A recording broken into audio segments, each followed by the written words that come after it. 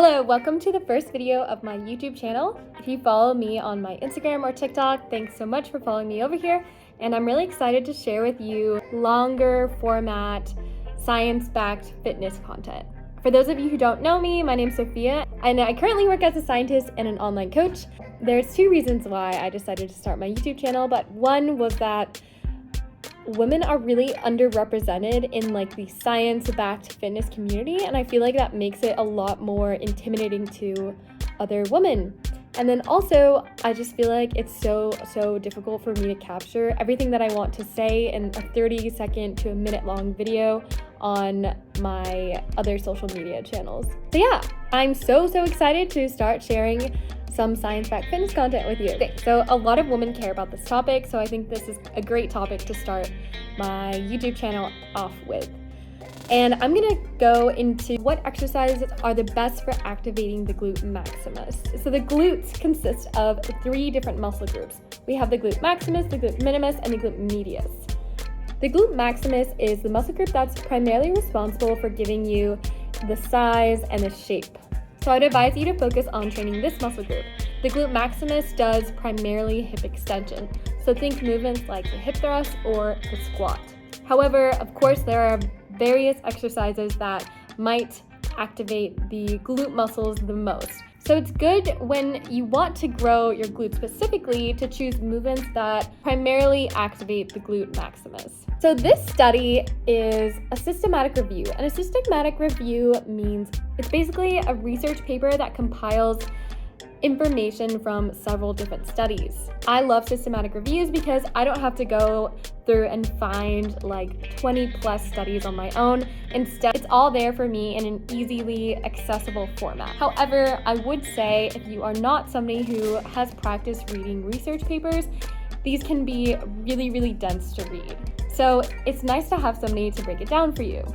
Another reason, I guess, why I started my YouTube channel, because it's so hard if you're not a scientist or involved in STEM to read research papers. They're really dense, and even me having 7+ years of reading different papers still struggles with it sometimes. So it's nice to have a source that will help you kind of break it down into simpler and more digestible pieces. So to get into this study, this author found that once he looked at several different other studies, the exercise that allowed for the most activation of the glute maximus was the step up. There were actually 4 different variations of the step ups that he listed as the best activators of the glute maximus. I thought this was really interesting because when you think about growing your glutes, you don't really think about doing a movement like step ups, for example. And also, I feel like while I do feel my glutes during this movement, I wouldn't say I feel them more than other movements like the hip thrust, for example. The second exercise that activated the glute maximus the most was the trap bar deadlift. This can also be referred to as the hex bar deadlift. This is basically deadlifting, but using a hex bar or trap bar. Here's what it looks like in case you don't know, but I'm sure you've probably seen it if you go to a commercial gym. The next exercise that activates the glutes the most was the hip thrust, and this one doesn't surprise me at all because if you've ever done hip thrust in the gym, you kind of know what I mean. You can feel your glutes like crazy, and after I do heavy hip thrust, I am so sore. There are a few different variations of the hip thrust that were listed as high glute max activators. Next, the split squat and the belt squat were also exercises that had high glute max activation. And right below those 2 exercises, different variations of lunges seem to have high activation as well. At the bottom of the list were squats and sumo deadlifts, which is really funny because so many people think that these 2 movements are the holy grail of growing the glute. And I totally fell into that category of thinking that doing squats for every single one of my leg days would give me massive glutes. And while they do activate your glutes to some extent, they also activate a lot of other muscle groups like the quads. So here's what I think of the study as a scientist and personal trainer. So the author of this study postulated that step-ups cause the greatest activation of the glute maximus because they require greater stabilization.